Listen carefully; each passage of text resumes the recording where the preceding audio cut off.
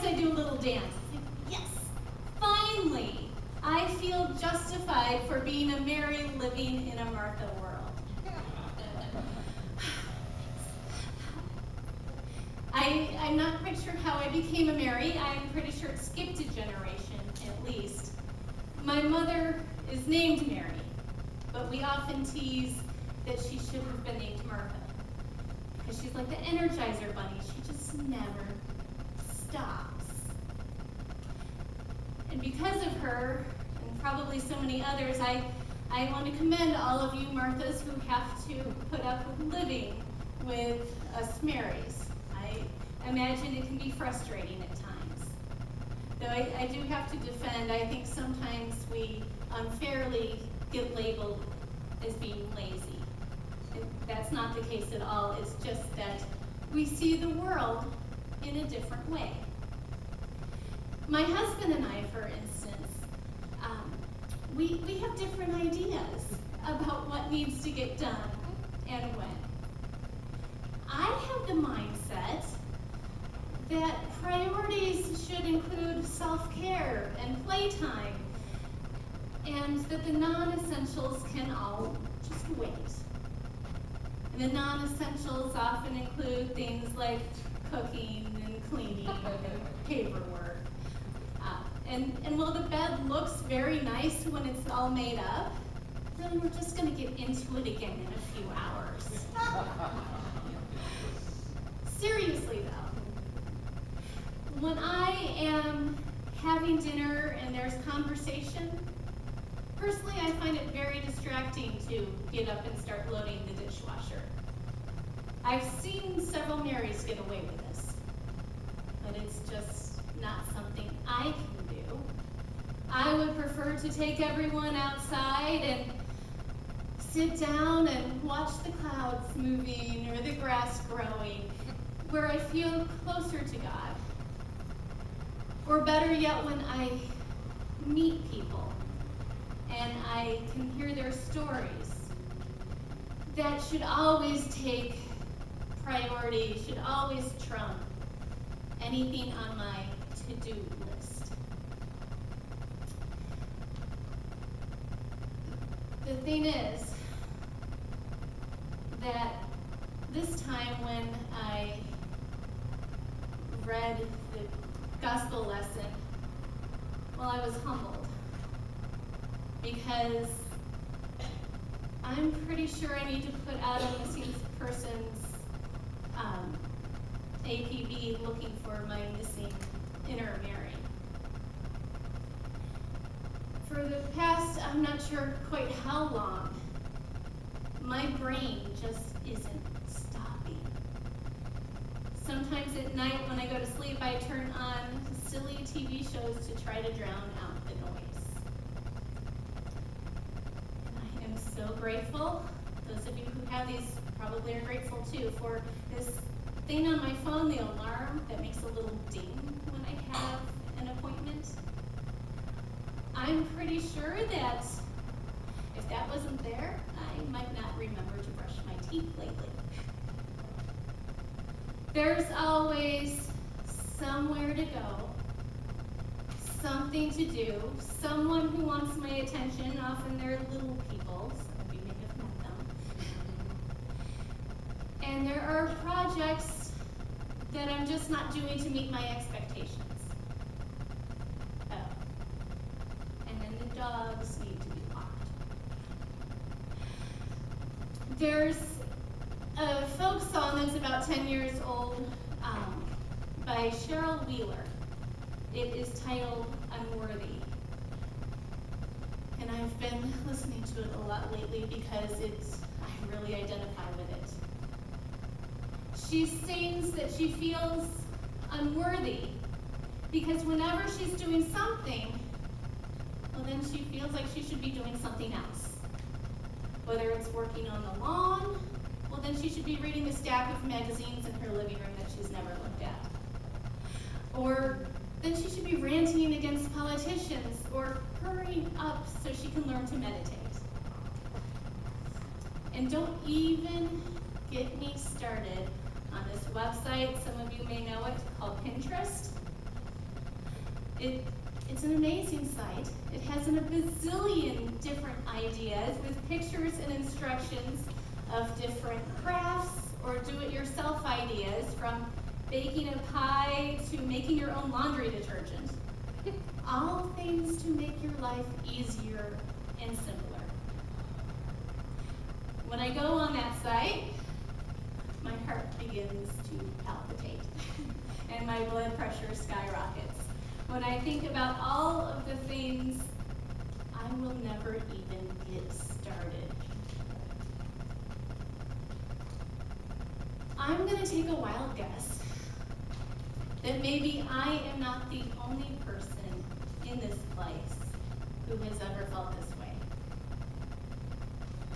How many times have we come home from vacation only to feel like we need a vacation from the one we just had?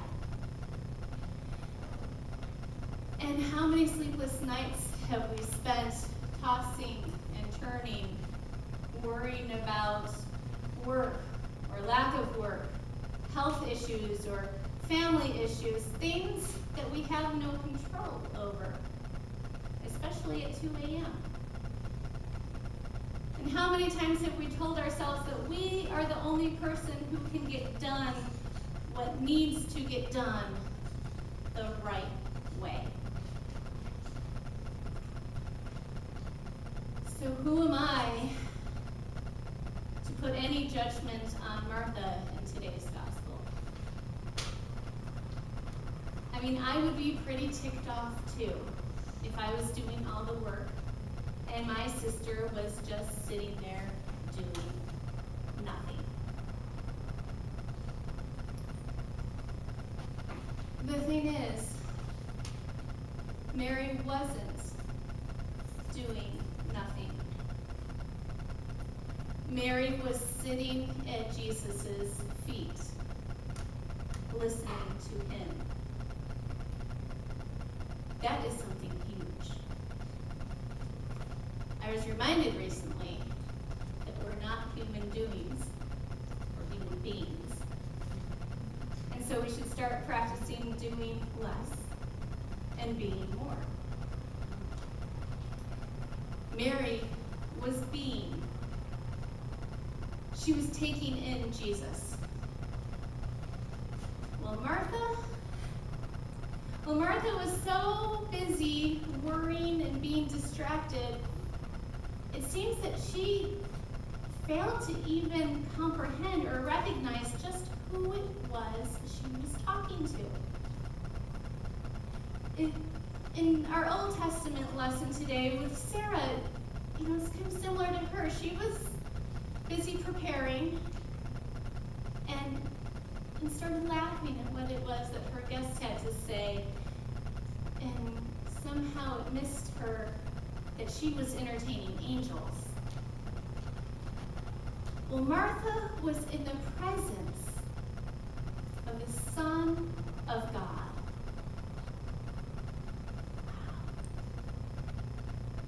And she was so wrapped up in her own agenda that she actually asked him to get on board with her schedule.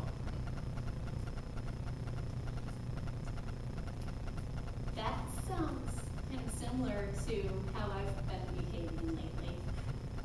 Does it seem familiar to you? We have our lists, our plans. If God would just go with our flow, then everything would be fine.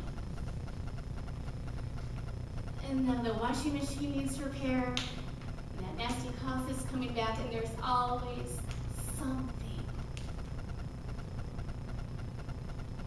Well, Jesus doesn't want us to be worried or distracted.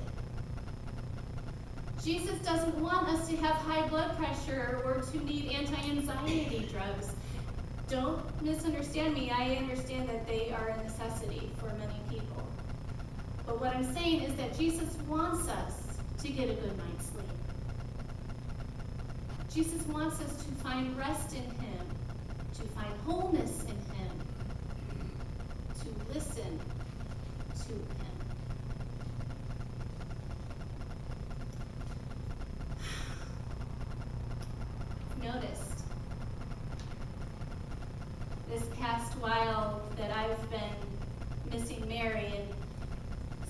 busy with my comings and goings, writing and reading and doing.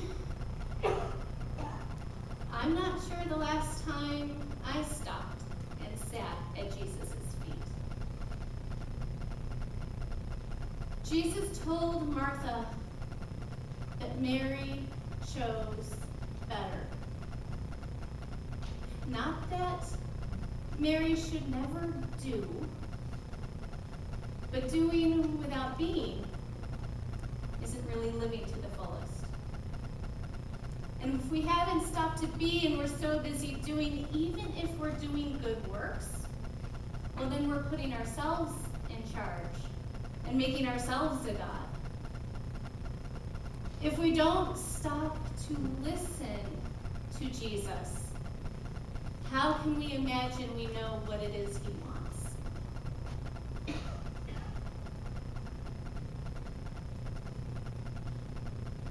That's a part of what we do here, in this place, our sanctuary, our refuge. Remembering the Sabbath and keeping it holy wasn't a suggestion. It is a commandment. When we enter here, we clear our minds, silence our own agendas, because we are on holy ground. In this sacred space, we hear God's word. We remember our baptism and that we were adopted as children of God, and we come to the table so that, like Mary, we too can fill up on Christ. If we try telling ourselves that we can do it all ourselves, if we decide that we don't need a sacred space, that's not that important, and we don't have time to sit in silence, if we ignore Mary, then we are bound to miss out on meeting angels and hearing God's word, that no matter what the world tells us, Jesus has made us worthy. Worthy to sit at his feet